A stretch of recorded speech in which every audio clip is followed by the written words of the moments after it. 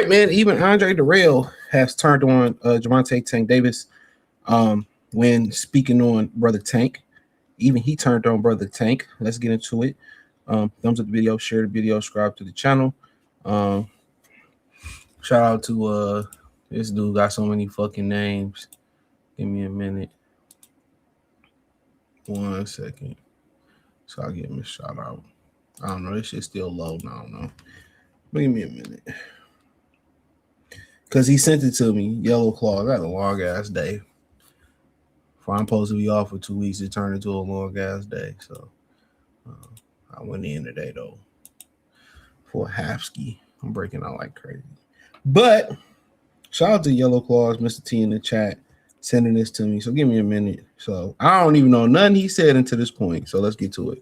I'm going to call you out. And that's the thing, too, man. So I think it's important for me to show the fans what's really happening in certain situations, man. For instance, you know, and this was always the thing for me, this Tank situation. You know what I'm saying? Like I hate to put him on the forefront, but I'm kind of confused with Tank at this point. You know, hell of a fighter.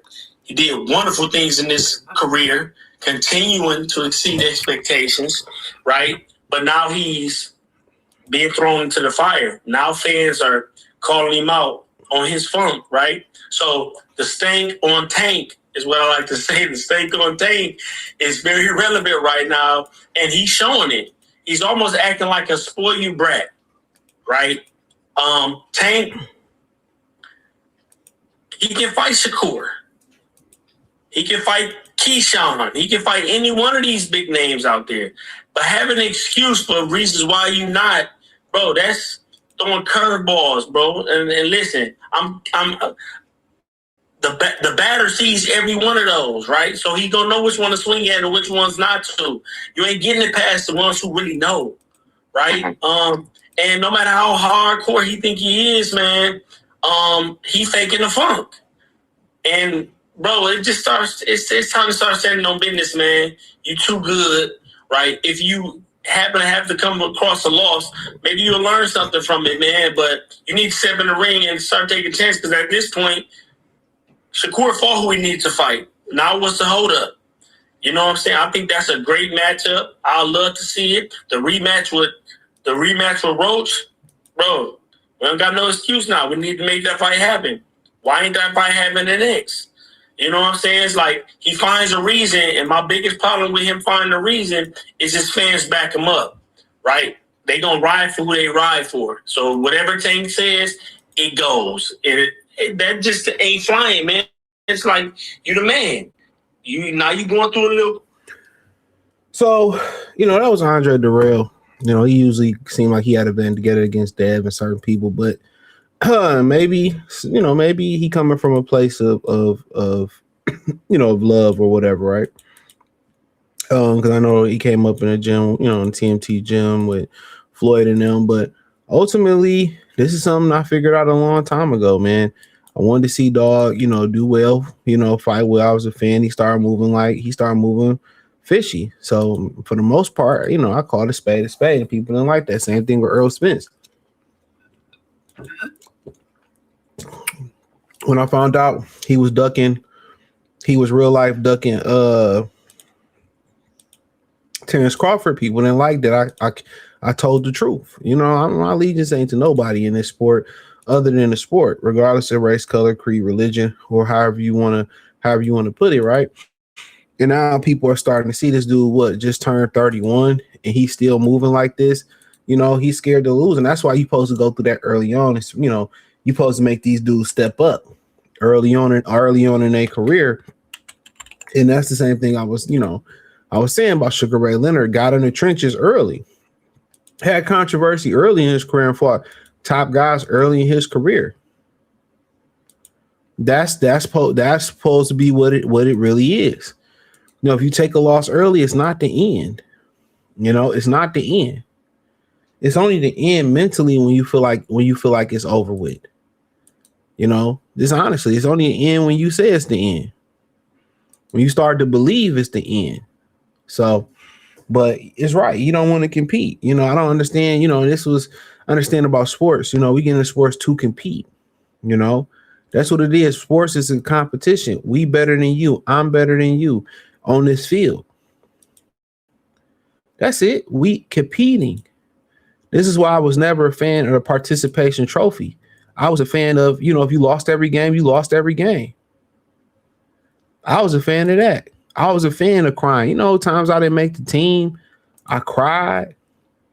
That cry and that passion, that's what drives you. That failure is what drives you. That's what people don't understand. Once you take the failure, the feeling of failure out, then you have a generation of men, because women think like this anyway. But then you have a generation of men who feel like what? Oh, it's unfair. Life isn't fair. Really, that should never come out our mouths as when we become men, because we understand this shit ain't fair, man. More than anybody else in this world, we know it ain't fair. Especially if you grew up with your old man, life ain't fair. Even though we think it, we got to snap back to reality. Oh yeah, we know it ain't fair. Well, you know what I'm saying? We know we grew up in it. We grew up in it. Your sister might, get checked. You know what I'm saying? You might get the beast by dad, beast by mom. But then your sister, I talk to girls and they look at it different. Well, the boy he get the free reign and we got to stand high. They can never understand that until they get damaged. But yeah, it's different. And I've had this debate with people, not debate, but people in the comment section when I say you can't raise boys and girls the same. You can't. So it's the single moms who's in the comment section. Oh, why not? It's unfair. It's just the laws of the world.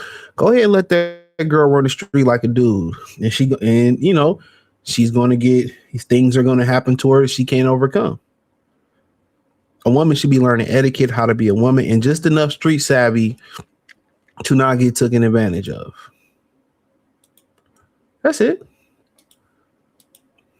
And when they get a little older, you just, you let them cut the grass, show them how to cut the grass, how to change a tire, you know what I'm saying, how to take the trash out, close the door. Don't leave that fucking door open where vermin can get in.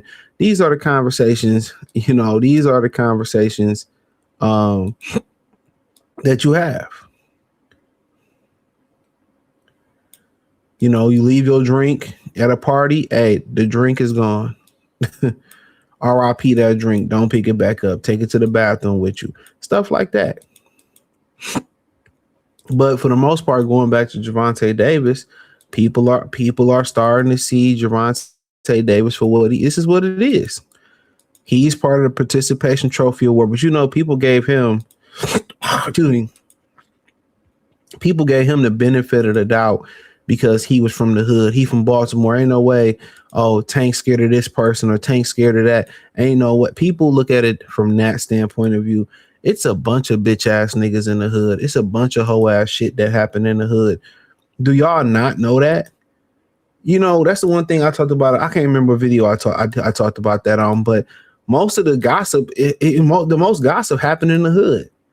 Where somebody hit a leg or somebody, get their sack taken or somebody robbed somebody. How you think you watch them shows or you ever been in it, the jails know what happened before it happened or when it happened. Everybody in jail. How did they know it, right? Because the streets always snitch. The streets always gossip. It's not a code of snitching and no snitching. Listen to the kid. It's no such code. It's no such code. They snitch, they gossip, they do whole shit, they steal from each other, they set each other up, you tell on each other. It's no code. So y'all thinking everybody trench babies and everybody, man, Tank ain't built like that, bro. Tank not built. I kept telling y'all that.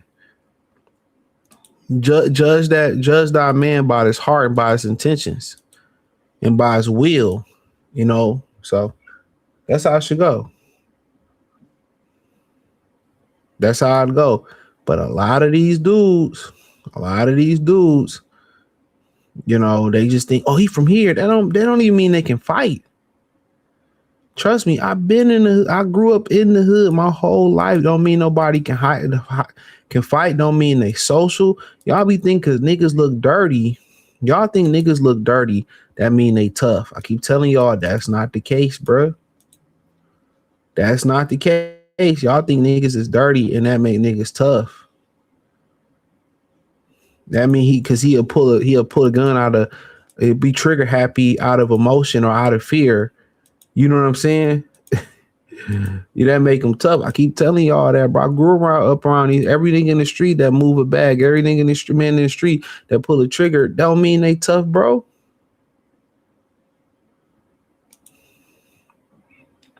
I'm trying to preach the good word, man.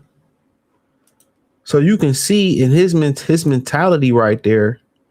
You can see what is his mentality that he have. He don't want to be great. He just want to get some money. He don't want to go through nothing. He don't want to go through no pain. He don't want to go through no suffering. He don't. And even if he decides to go through it at this point and he's successful and he ain't even gonna enjoy a long time at the top, his prime is over with. Realistically, that prime is almost cooked. His prime is almost always already done. So, you know, it is what it is, or it is what it ain't. Let me know what you girls and guys think. Hit the link in the description. Follow me on X, Facebook, Kick, Twitch. Join the Patreon. I'm going to double up on the Patreon next Sunday. I'm going to have a lot of good stuff on there everywhere. So make sure y'all join in. Peace.